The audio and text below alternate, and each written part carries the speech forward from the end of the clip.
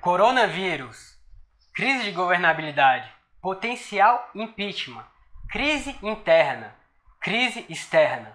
O que fazer com os investimentos num cenário tão adverso como esse?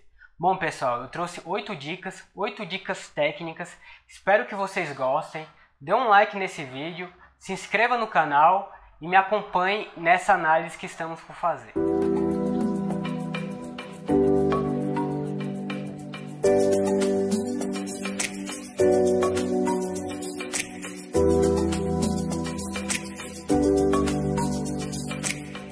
Bom, pessoal, vamos começar.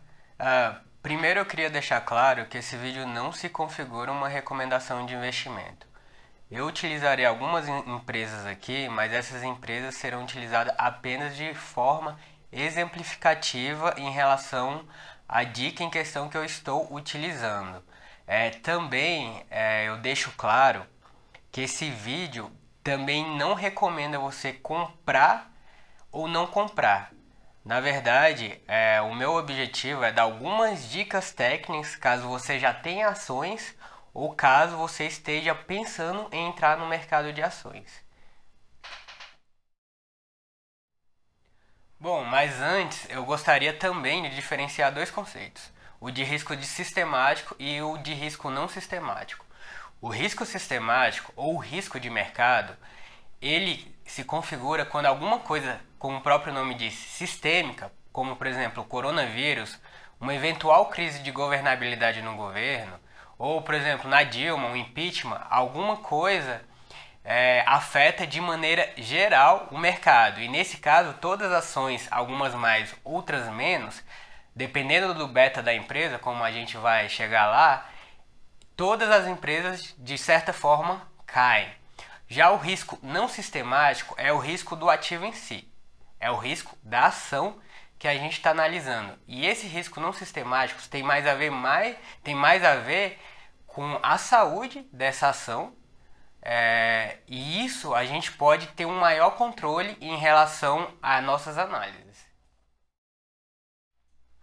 Bom, pessoal, a primeira dica ela é bem simples, é confiar no seu ativo. Como você vai passar um período de crise com uma empresa, com uma ação na qual você não confia?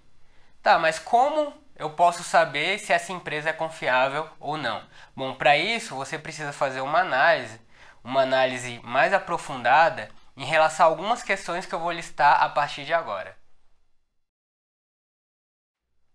Bom, então um dos aspectos que você deve analisar é a pressão no fluxo de caixa da empresa. O que é fluxo de caixa? Primeiro, bom, fluxo de caixa, grosso modo, são as entradas e saídas do caixa dessa empresa. Ele pode ser tanto atividades operacionais, quanto atividades de financiamento, quanto atividades de investimentos. Por que analisar isso é importante? Porque dependendo do comprometimento de caixa, principalmente via endividamento, pode comprometer de forma substancial a segurança dessa empresa. Bom, pessoal, vou deixar um pouco mais claro. Se, por exemplo, essa empresa tem muito endividamento, ou seja, se essa empresa tem um grande comprometimento no fluxo de caixa dessa empresa, não só de endividamento, mas também de atividades operacionais, como salários, fornecedores, isso a médio e longo prazo pode pressionar esse caixa, especialmente se as entradas não compensarem esse comprometimento de saída. Por isso é de vital importância você analisar se esse caixa ele é robusto, se essa empresa tem uma reserva de caixa para sustentar um período de crise. Outro ponto igualmente importante é você analisar a estrutura patrimonial da empresa, isto é, seus ativos e seus passivos. Por que isso é importante? Principalmente em relação às origens, ao passivo, essas obrigações, que são os passivos, elas têm um prazo para serem pagos. Então, esses prazos podem comprometer a estrutura patrimonial da empresa no médio e longo prazo. Já o patrimônio líquido, que é o capital próprio da empresa, não tem uma exigibilidade tão grande quanto o passivo exigível.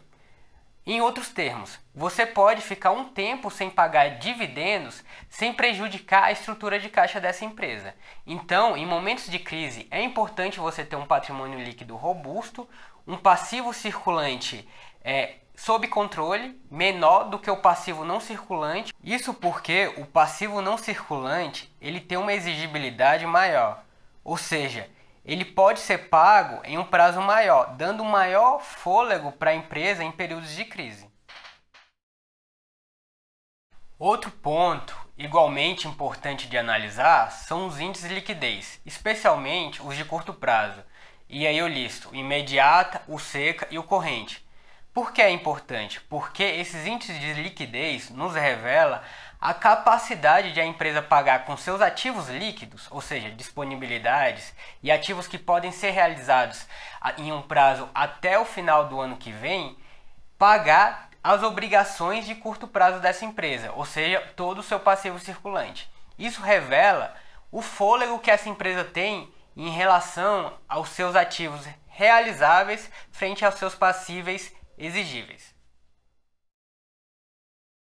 Outro ponto, decorrente de todos esses outros que a gente listou, se refere ao endividamento da empresa, isto é, a dívida bruta e a dívida líquida. A dívida bruta pode ser entendida como os empréstimos, os financiamentos, as debêntures que essa empresa tem. A dívida líquida é todo esse resultado, toda essa dívida bruta descontada as disponibilidades que essa empresa tem, ou seja, descontado o que essa empresa tem em caixa.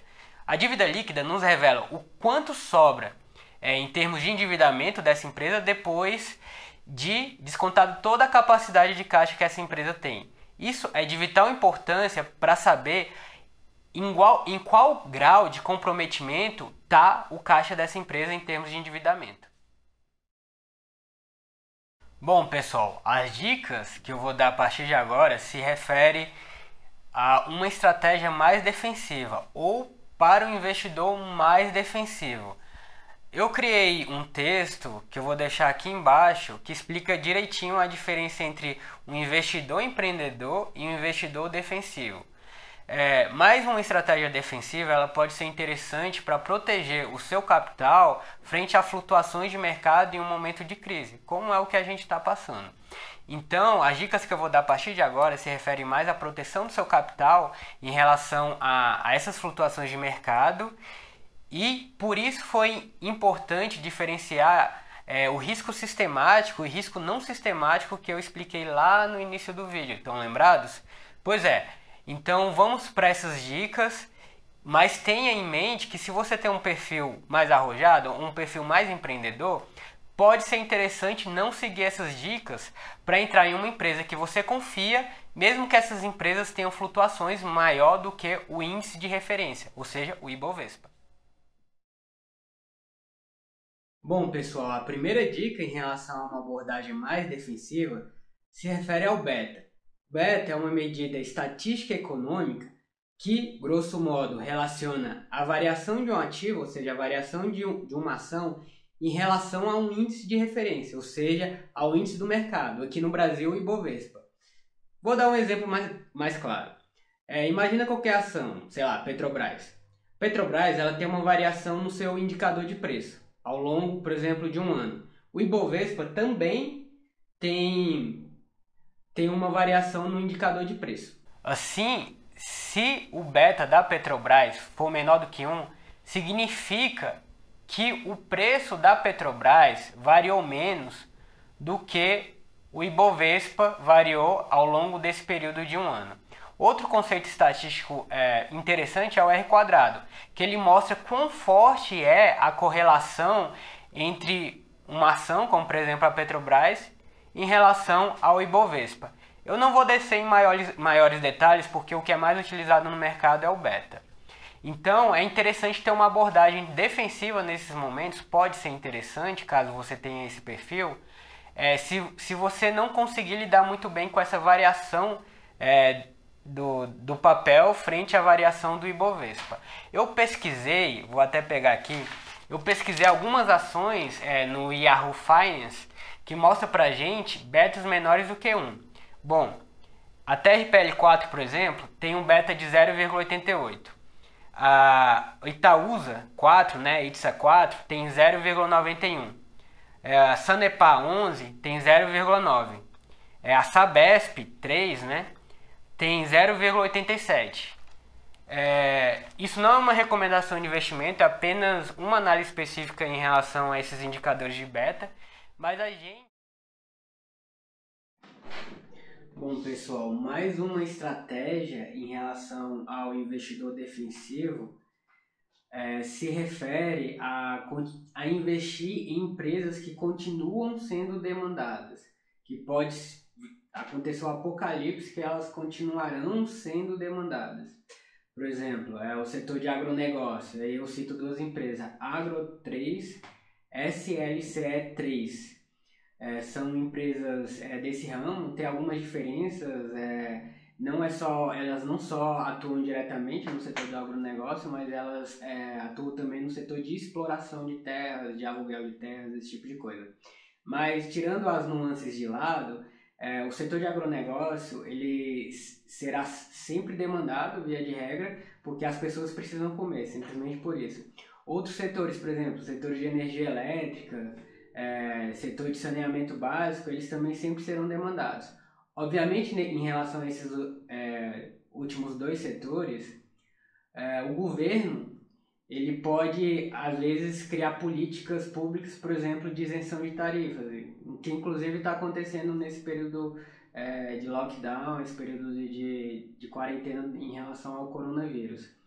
E aqui eu vou deixar uma dica para vocês, por exemplo, o setor de distribuição provavelmente ele será mais afetado do que o setor de transmissão. Aí por isso talvez uma boa opção talvez seja a TRPL4, né, que é uma empresa paulista de transmissão. Então, às vezes é bom analisar essas nuances em termos de geração, transmissão e distribuição. Uma última dica se refere a investir em empresas que não tenham uma correlação muito forte. Por exemplo, isso implica em investir em empresas de setores diferentes, mas implica também em analisar a correlação entre esses setores. Por exemplo, imagina lojas de shopping, Hering, lojas Renner, C&A. A correlação entre essas lojas e empresas de shopping provavelmente é muito grande, pois um depende da outra, né? Agora, se a gente pegar empresas diferentes, de setores bem diferentes, como os de agronegócio e o setor, sei lá, de energia elétrica, se bem que existe uma correlação entre o agronegócio e a energia elétrica, ou de saneamento, pois né, um meio que depende do outro, mas a correlação ela é menor, né? Talvez esse exemplo não tenha sido tão bom. Se a gente pegar, por exemplo, o setor imobiliário ou o setor de agro, até assim também tem uma correlação, mas não vou falar aqui. Mas vamos dizer, esses setores também não têm uma correlação tão grande se comparado shopping em lojas, né? Então, provavelmente, né, em virtude do risco sistemático que a gente falou no início, sempre vai ter algum grau de correlação. Mas a ideia aqui numa abordagem mais defensiva, é variar os setores de modo a não colocar todos os ovos numa mesma cesta. Então, uma abordagem de diluir esse risco, né? Bom, pessoal, finalizando, espero que tenham gostado dessas dicas. Eu procurei fugir um pouco do que a maioria das pessoas falam, que também é importante, em relação ao controle emocional, em relação a não tomar decisões precipitadas, isso é sem dúvida importante, mas eu tentei dar uma abordagem mais técnica em termos de indicadores, em termos de análise de balanço.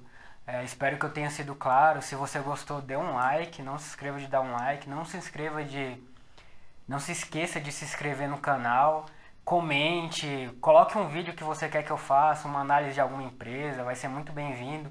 Compartilhe esse vídeo com seus amigos, com quem você sabe que investe, né?